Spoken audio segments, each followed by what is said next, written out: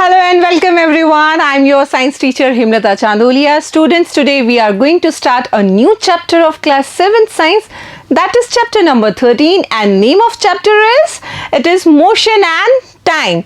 Student, this word motion is not new for all of you because in class 6 you already had studied about what is motion and about its type, isn't it? So students, in today's video we will discuss a little bit about motion, and after that we will discuss about speed and time.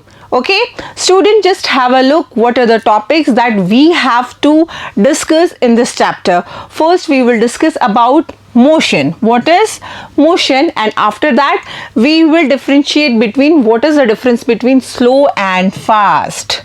Is that clear, everybody? And after that we will discuss speed, measurement of time, unit of speed and time, measuring speed, measuring instruments which are in our vehicles. Okay, and a very important topic, that is distance time graph. Okay students, let's begin today's session with motion. Student, what is motion? Beta, you already had studied in class 6, but just have a quick revise. Okay, अब motion क्या होता है? Motion को हम simple Hindi में क्या बोलते हैं कि that this thing is in motion, that article is in motion, isn't it? Motion means कि anything which is movable, which is moving, isn't it? अब आपके सराउंडिंग्स में आप देखिए बहुत सारी ऐसी चीज़ें हैं जो स्टेशनरी हैं. स्टेशनरी मतलब जो रेस्टिंग पोजीशन में है, जैसे आपका स्कूल, आपका घर, mountains, trees, isn't it? Chairs, आपके स्कूल का फर्नीचर, ये कैसे हैं? स्टेशनरी हैं. आपका घर चल के कहीं जाता है? नहीं. आपकी स्कूल का बिल्डिंग हिलता है कभी कि नहीं आज मेरा मन कर रहा है कि मैं यहाँ से यहाँ शिफ्ट हो जाता हूँ? नहीं होता. That means these things are stationary, they are in the resting position. लेकिन कुछ ऐसे चीज़ें भी हैं हमारे आसपास जो मूवेबल हैं. मूवेबल जैसे if you see a cow which is just walking around a street, तो ये क्या है? मूवेबल है. वो क्या है? Cow is in motion. Okay, आप रोड पे चलती हुई कार्स देखते हैं, ये क्या है? The car is in motion. So the thing which are covering any distance with respect to time, they are said to be in motion. समझ में आ रहा है? अगर कोई भी चीज़ कोई डिस्टेंस कवर करती है, अपनी पोजीशन में कुछ चेंजेस लाती है with respect to time, उसको हम क्या कहते हैं? That particular thing is known as motion. So we can say that if an object keeps on changing its position with time, समझ में आ गया? टाइम के साथ उसकी पोजीशन में कुछ चेंजेस आ रहे हैं, then we can say that thing is in motion. Okay, and it is said to be moving or in motion. In class 6 you already had studied about various types of motion: circular motion, rotational motion, linear motion, curvilinear motion, rectilinear motion, periodic or oscillatory motion, isn't it? Just अब quick revise करते हैं. Linear or straight motion are that in which the object travels in a straight line. Just have a look in the picture. अब ये car क्या है? बिल्कुल सीधी road पे चल रही है. Fine, समझ में आ गया? Okay students, circular motion is that in which the object travels along a circular path. Okay, have a look. If you are standing here and you are just covering that distance in this circular path, that means you are following circular motion. Is that clear, everybody? Curvilinear, in which the object moves along a curve. Periodic motion. Periodic motion you already had seen in the pendulum where there is a to and fro motion.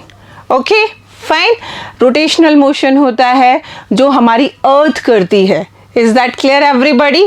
तो ये तो हो गया एक quick revise हमारे what is motion and types of motion. Motion होता है sometimes it is fast and sometimes it is slow. कुछ चीज़ें धीरे धीरे चलती हैं और कुछ चीज़ें तेज़ी से चलती हैं। जब आप रोड पे अपने व्हीकल में जा रहे हैं तो आप देखते हैं, आप ऑब्जर्व करते हैं कि some vehicles are moving very fast and some are having low speed, isn't it? वो धीरे चल रहे हैं। So how can you differentiate कि कोई चीज़ धीरे है या कोई चीज़ फास्ट है? हम कंपेयर कब कर सकते हैं? जब चीज़ें सेम डायरेक्शन में मूव कर रही हैं, उनका मोशन सेम डायरेक्शन में है। Is that clear everybody? So students, object can be said to be faster और slower if they move in the same direction. Is that clear? Fast covers high distance in particular time and slow covers less distance in same time. Okay, अब इसको ऐसे समझने की कोशिश करो। Suppose करिए आपका एक रेस ग्राउंड है, ठीक है, आपका ये 100 मीटर का रेस ग्राउंड है and 2 or 3 students are participating in. Okay, ठीक है, चलो हमने A, B और C ये 3 स्टूडेंट्स हैं, इन्होंने पार्टिसिपेट किया। अब बेटा ये 100 मीटर का आपका डिस्टेंस है और आपको इसको फिनिश करना है कितने में? 5 मिनट में। ठीक है, अब 5 मिनट में आपको फिनिश करना है। That means you have to cover the 100 metre distance in 5 minutes. अब क्या होगा, ये जो A वाला बच्चा है ये इसको 3 मिनट में कवर करता है, ठीक है, और B वाला इसको 5 मिनट में कवर करता है और C वाला इसको 2 मिनट्स में कवर करता है। अब मुझे बताओ फास्ट कौन सा बच्चा है और स्लो कौन सा बच्चा है? जिस बच्चे ने कम समय में 100 मीटर का डिस्टेंस कवर कर लिया वो बच्चा फास्ट है। That means that C, that student is the fastest one. And slowest कौन सा है? जिसने पूरा टाइम लिया है 5 मिनट का। That means B is the slowest one. जो फास्ट चलता है वो गिवन टाइम में उस डिस्टेंस को जल्दी से कवर कर लेता है और जो स्लो चलता है वो गिवन टाइम के अंदर उस डिस्टेंस, कम डिस्टेंस को कवर करता है। समझ में आ गया? So students, we can say that the distance moved by object in a given interval of time can helps us to decide which one is faster और विच वन इज स्लोअर। क्या हमारी help करेगा? That is the given time interval, आपको जो time period दिया गया है, ठीक है। अब हमारे पिछले वाले एग्जाम्पल में क्या था, जो C था वो 2 मिनट्स में 100 मीटर का डिस्टेंस कवर कर रहा था और जो B था वो पूरा कितना टाइम ले रहा था? 5 मिनट्स का कर रहा था और A ने कितने में किया? 3 मिनट्स में। तो स्लोएस्ट कौन हुआ? B। फास्टेस्ट कौन हुआ? C. Okay, students, in very short form we can say that कि slow motion का मतलब होता है an object that covers particular distance in more time। जो किसी given distance को ज़्यादा टाइम में कवर करता है उसका मोशन स्लो है। और if any object cover the particular distance in less time, that is its motion is fast. Is it clear everybody the concept of fast and slow? Okay, अब मैंने एक word use किया था starting में कि उस व्हीकल का speed तेज होगा और उसकी स्पीड कम होगी। What is that speed बेटा? हम बहुत स्पीड वर्ड को अपनी डे टू डे लाइफ में यूज़ करते हैं। उसका स्पीड कम है, उस कार की स्पीड बहुत तेज़ थी, वो ऐसे निकल गया, वो वैसे निकल गया। So what is speed? Basically the distance travel by an object in unit time, it is called its speed. Okay, read it again, it's very important. The distance traveled by an object in unit time, it is called its speed. अब unit time का मतलब क्या होता है बेटा? Unit time means it may be 1 second, it may be 1 minute, it may be 1 hour. Okay, आपकी unit time में कोई भी ऑब्जेक्ट जो डिस्टेंस ट्रैवल करता है, कवर करता है, that is its speed. Okay, a higher speed indicates that a given distance has been covered in shorter time, that I already told you. अगर आपकी स्पीड तेज है तो आपने गिवन डिस्टेंस को कम समय में कवर कर लिया है, ठीक है, बिल्कुल लेस टाइम में, ओके। और a larger distance covered in given time, या तो आपको जो टाइम गिवन था आपने उसमें कवर कर लिया है या उससे भी कम समय में उसको कवर कर लिया, if your speed is high, okay. Students, अब how we can calculate the speed of any object? There will be any formula? Yes. Okay. So what is the formula, students? Speed is a total distance covered divided by the total time taken. आपने किसी भी distance को cover किया है, चाहे वो distance कितना भी किलोमीटर या कितना भी मीटर क्यों ना हो, लेकिन उसको cover करने में आपको जितना time लगा है, जब आप इन दोनों को divide कर देंगे उससे आपकी speed निकल के आ जाएगी. So we can write speed is equals to total distance covered, यानी जितना आपने डिस्टेंस कवर किया है और वो डिस्टेंस कवर करने में आपको जितना टाइम लगा है, that is the total time taken. Is that clear everybody? This is the formula for the speed. You have to remember it, it is very important. अब देखो, इसके साथ साथ मैं कुछ चीज़ें आपको और क्लियर करती हूँ. स्पीड आपको निकालना आ गया. सपोज करिए आपके पास स्पीड है, ठीक है, और आपके पास टाइम है, but you have to find out the distance. So how can you find out? Yes, it's very easy. We can write distance is equals to what? We can multiply speed into time. Fine everybody? ठीक है. अब ऐसे आप time भी निकाल सकते हैं, ऐसे आप स्पीड भी निकाल सकते हैं, आप डिस्टेंस भी निकाल सकते हैं. इज इट क्लियर एवरीबडी कि how we can calculate the speed, distance and time? Okay students, अब आपकी जो स्पीड होती है कार्स की, ये कई बार यूनिफॉर्म होती है और कई बार नॉन यूनिफॉर्म होती है. देखो, हमारे अर्थ पे जितनी भी चीज़ें मूव करती हैं उनकी स्पीड यूनिफॉर्म होना it is little bit impossible type, ठीक है. किसी भी ऑब्जेक्ट का एक ही स्पीड से मोशन करना ये थोड़ा सा डिफिकल्ट है, या it is not so easy to find out. अब ये नॉन यूनिफॉर्म और यूनिफॉर्म होती क्या चीज़ें हैं? Just read it first.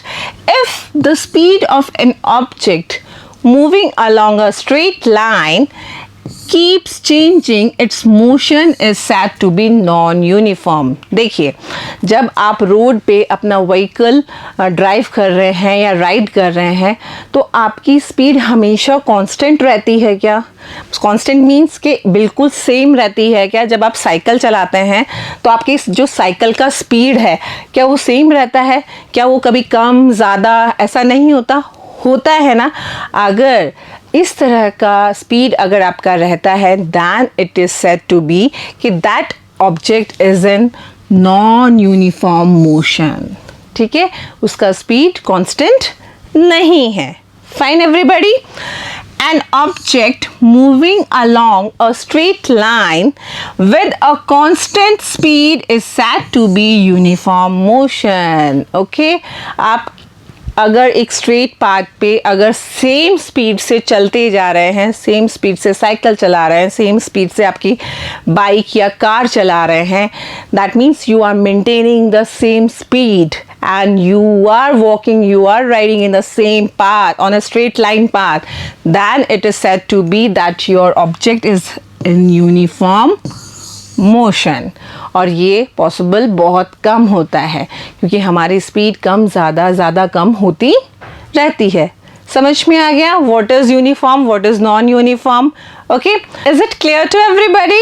Students, अब हम find out करते हैं कि how our ancestors calculate the time, how they measure the time. Okay, so it is the measurement of time. बच्चा पार्टी, आज हमारे पास बहुत सारे इंस्ट्रूमेंट, बहुत सारे इक्विपमेंट्स हैं which are very helpful for us to calculate, to measure the time. आपके घर में वॉल क्लॉक्स हैं, स्मार्ट वॉचेस हैं, रिस्ट वॉचेस हैं, और कुछ नहीं तो हमारा स्मार्ट मोबाइल है जिसमें हम मैक्सिमम टाइम प्रेफर करते हैं टाइम देखना। ओके, बट जो हमारे एंसेस्टर्स से मैनी सेंचुरीज अगो, ठीक है, तब वो टाइम कैसे मेज़र करते थे। अब देखो बेटा, उन लोगों ने कैसे अपना सेट कर रखा था। The time between one sunrise and the next was called a day.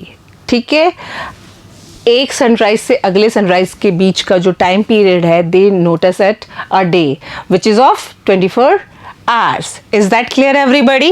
A month was measured from one new moon to the next. Yes, एक अमावस्या से one new moon से अगले new moon तक का टाइम पीरियड को हमने calculate किया 1 month. Okay, and a year was fixed as the time taken by the earth to complete one revolution of the सन, जिसको हम आज भी मानते हैं। बच्चा पार्टी, ये तो हो गया बड़ा बड़ा, दिन को नाप लिया हमने, दिन और मंथ को नाप लिया हमने, ईयर को नाप लिया, but for the day timing, कि आपके दिन में क्या समय हुआ है, इसके लिए भी, यानी हमारे आवर्स को भी कैलकुलेट या मेज़र करने के लिए भी हमारे एंसेस्टर्स ने, हमारी ये जो पेंडुलम वॉचेस आई थी, स्मार्ट आपकी अलार्म क्लॉक्स आई थी, इनसे पहले भी हमारे एंसेस्टर्स ने कुछ तो ऐसा फाइंड आउट कर रखा था जो उनकी हेल्प करता था। ठीक है, so students, many time measuring devices were used in different parts of the world before the pendulum clocks become popular. Just have a look here. It is cent clock. अब cent clock में क्या होता है, दो parts होते हैं, एक bulb like structure ऊपर होता है और एक नीचे होता है, और बीच में इसमें एक बहुत पतला सा लूप होता है। ठीक है, इसमें हम क्या फिल करते हैं, इसमें हम फिल करते हैं सेंट। फाइन, ये कंप्लीट फिल होता है, then it is just dropping by it. ठीक है, ये इसमें से धीरे धीरे धीरे धीरे धीरे रेत निकलना स्टार्ट होती है। आपने बहुत सारी मूवीज में सेंट क्लॉक को ऑब्जर्व किया होगा। Second one is your water clock. Fine, water clock is also use for measuring the time. अब as we are in Jaipur and in Delhi also we are having Jantar Mantar. अब जंतर मंतर जो जयपुर वाला है, उसके पास world का सबसे बड़ा सनडायल है। ये जो सनडायल है, it is used for the measurement of the time. Is that clear everybody? देखो, हैव अ लुक हियर, यहाँ पर ये देखो आप, ये जो सर्कुलर बार है ना, इसको देखो ढंग से, इसके ऊपर डिफरेंट मार्केशंस हैं। ठीक है, यहाँ पर लिखा हुआ है कि 5th 6th 7th, ये ऐसे 8th, ठीक है, ये 3rd, ऐसे जैसे हमारी वॉचेस में होता है। आपके घर में जो वॉल क्लॉक है या आपकी रिस्ट वॉच है, उसमें भी डिफरेंट टाइमिंग्स लिखा हुआ नहीं होता आपने यहाँ पे।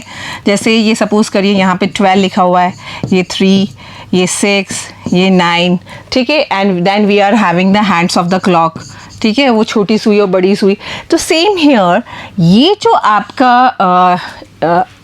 आपका सिंपल सा ये जो पार्ट है, it is giving you the shadow of the sun. ठीक है, सनलाइट पे ये अपनी शेडोज डालता है यहाँ पर, और जब जैसे जैसे सन का पोजीशन चेंज होता है, इसमें शेडो का पोजीशन चेंज होता है, और with the help of these shadows we can find out the timing। But यहाँ पर एक ड्रॉबैक था। क्या? ये सिर्फ सनलाइट में ही काम कर सकता है। इसका मतलब at the time of night, रात के टाइम ये काम नहीं कर सकता। और जब कभी क्लाउडी हो जाता था, ठीक है, बादल ही बादल हो जाते थे, तब भी हमारा सनडायल काम नहीं कर सकता था। इसलिए धीरे धीरे फिर डिस्कवरीज हुई और फिर हमारे पास नई नई वॉचेस आई। ठीक है students, nowadays most of the clocks और the watches have electric circuit with 1 or more cells। ठीक है, आप जो रिस्ट वॉच पहनते हैं, इसमें भी सेल डलते हैं। आपकी जो वॉल क्लॉक होती है, उसमें पेंसिल सेल्स डलते हैं। These clocks are known as quartz clocks. Fine. और ये जो घड़ियाँ होती हैं they measure the very accurate time, so we can say the time measured by the quartz clock is much more accurate. Is that clear everybody? ठीक है, this is the pendulum watch. Okay जो आजकल तो बहुत कम देखने को मिलती हैं, बट आपने मूवीज़ में या कहीं देखी होंगी जिसमें पेंडुलम होता है। और ये पेंडुलम कैसा मूवमेंट करता है? पीरियोडिक मोशन करता है, ऑसिलेशन होता है, इज़न्ट इट? आपका टेबल क्लॉक, आपके डिजिटल क्लॉक्स, आपकी वॉचेस डिजिटल भी हो सकती हैं, एनालॉग भी हो सकती हैं। फाइन एवरीबॉडी, अब डिस्कस करते हैं हम हमारे इस पेंडुलम के बारे में। सब बच्चों ने पेंडुलम देखा है? बेसिकली पेंडुलम होता कैसा है बेटा? Just have a look here, this is the simple pendulum. ये क्या है? आपका stand. Fine, this one is the stand, okay, and this is thread. Okay, class 7। और इस थ्रेड से लटका हुआ है एक मेटालिक बॉल। ये जो मेटालिक बॉल है इसको हम कहते हैं Bob. Is that clear? And this is a simple pendulum. Fine, ये जो आपने अभी घड़ी में देखा था, have a look, ये देखो, ये मेटल रॉड भी हो सकता है, ये थ्रेड भी हो सकता है। Fine, so this is a simple pendulum. अब ये सिंपल पेंडुलम करता क्या है? A simple pendulum possesses oscillatory motion और पीरियोडिक मोशन। अब ऑसिलेटरी और पीरियोडिक मोशन कैसे? देखो बेटा, ये जब रेस्टिंग पोजीशन में होता है ना, यानी जिसको हम इसकी मीन पोजीशन कहते हैं, तब ये ऐसे होता है, ऐसे बिल्कुल सीधा, ठीक है। और जैसे ही हम इसको हल्का सा पुश करते हैं, then it changes its movement. ये यहाँ आता है, यहाँ आके ये फिर वापस इधर जाता है, यानी इसकी दो एक्सट्रीम पोजीशन होंगी। जैसे सपोज करो ये पेंडुलम है, ठीक है, ये जब आप इसको हिलाओगे, पुश करोगे, तो ये मैक्सिमम इधर जाएगा, फिर ये वापस आके मैक्सिमम इधर जाएगा। इसकी दो एक्सट्रीम पोजीशन हो गई, ये वाली तो हो गई ए, और ये वापस आके यूं गया, ये वाली हो गई B. That means there are two extreme position. ये पेंडुलम यहाँ आया और फिर ये पेंडुलम यहाँ आया। समझ में आ गया? अपनी मीन पोजीशन को छोड़ के। It completes one oscillation when it's Bob moves from one extreme position to the other extreme position। जब ये एक extreme position से दूसरी extreme position तक आता है, तब इसका एक oscillation complete होता है। समझ में आ गया सब बच्चों को? अच्छा, अब ऑसिलेशन समझ में आ गया, सिंपल पेंडुलम समझ में आ गया। जो सबसे इंपॉर्टेंट चीज़ है जो हमें यहाँ समझनी है, that is the time period. Fine, what is time period beta? The time taken by the pendulum to complete one oscillation। ये जो one oscillation pendulum करता है, pendulum का bob करता है, ठीक है, इस one oscillation में जितना टाइम लगता है वो इसका टाइम पीरियड होता है। The time taken by the pendulum to complete one oscillation. And what is one oscillation? That a pendulum is going from one extreme position to the another extreme position। समझ में आया? यहाँ पे था, ये mean position है, यहाँ से ए पर आया एक्सट्रीम पोजीशन, ए से वापस बी के पास आया और वापस अपने ओ के पास आ गया। That is one oscillation. और इस वन ऑसिलेशन को करने में पेंडुलम के बॉब ने जितना टाइम लगाया है, that is the time period of that pendulum. Is that clear? The change in the displacement does not affect the period of the pendulum. Displacement does not change the time period of the pendulum. What changes? The length of the thread. Is that clear? Fine. Is it clear? Time period calculate कर सकते हो।